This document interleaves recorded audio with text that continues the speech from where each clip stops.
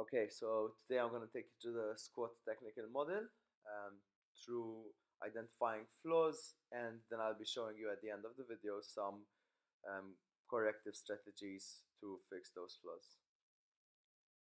So we're here, we have the frontal view of the squat. We can see that the movement starting from the hip, the thighs are breaking parallel to the ground and the weight is shifted on the heels. So viewing the squat from the sagittal plane, from the side, we can see that the bar is on a low bar position, so it's lower on the traps. We can see that there is a restriction at the hip, which is causing a pelvic tilt, a posterior pelvic tilt, and this is generally caused by tight hamstrings or tight hip mobility. Okay, if this is left untreated, in severe cases, it might lead to vertebrae disc degeneration. Now we are going to see the posterior axis. So we're going to see the squat from behind.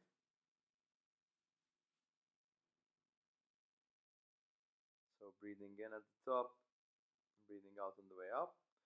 Okay, in a still image now, we can see more of the right thigh than the left.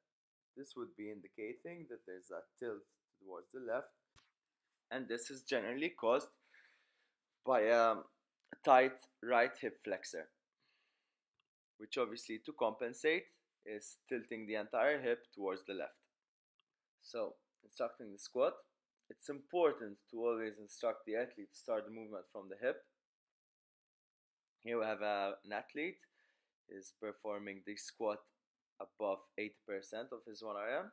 So we can see on the concentric phase some slight knee valgus, which is acceptable since it's quite a high load. Also good to note the head alignment, so always facing forward. So from the sagittal plane, so from the lateral side, we can notice a back extension happening, okay? So there's a hyperextension of the lumbar spine, and according to studies, this happens when obviously working at high loads and the trunk isn't strong enough. So obviously for such an athlete, trunk workouts are to be increased before adding additional weight. Next up is the posterior axis. So on the way down, we can see a movement of the ankles, which is generally a compensation mechanism for lack of mobility in the ankle, which generally is caused by tight plantar flexors. As plantar flexors, to name the few, we've got the gastro, soleus, plantaris, and tibialis posterior. Okay, so next up, we're going to go through a couple of corrective strategies, starting from the hip mobility. Starting from the frog movement, which is a really simple stretch, which really hits the PSIS musculature. Generally, I would ask my athletes to keep it for 30 seconds and repeating this 4 3 times, always pushing further. Okay, now I have the kneeling lunge movement.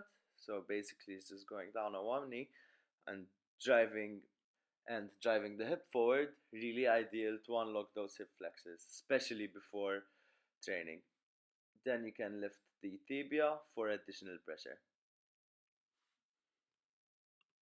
Lying hip rotations, again, really ideal for those hip flexors. You can go through the motion for 30 seconds and repeat this for 3 times. Really good dynamic stretch. Okay, next up is ankle mobility for those plantar flexors, and we're starting with a form of foam rolling. So this is a really good way for myofascial release, especially of the gastro and the soleus, which can be the cause of the ankle having a lack of range of motion.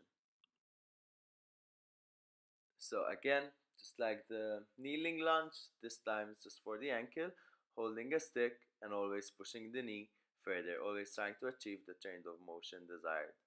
So the crawl to crab drill is an ideal way to increase the range of motion around the ankle in a really active, dynamic way. So I hope you found this video interesting and that it can help you in your training. Thank you.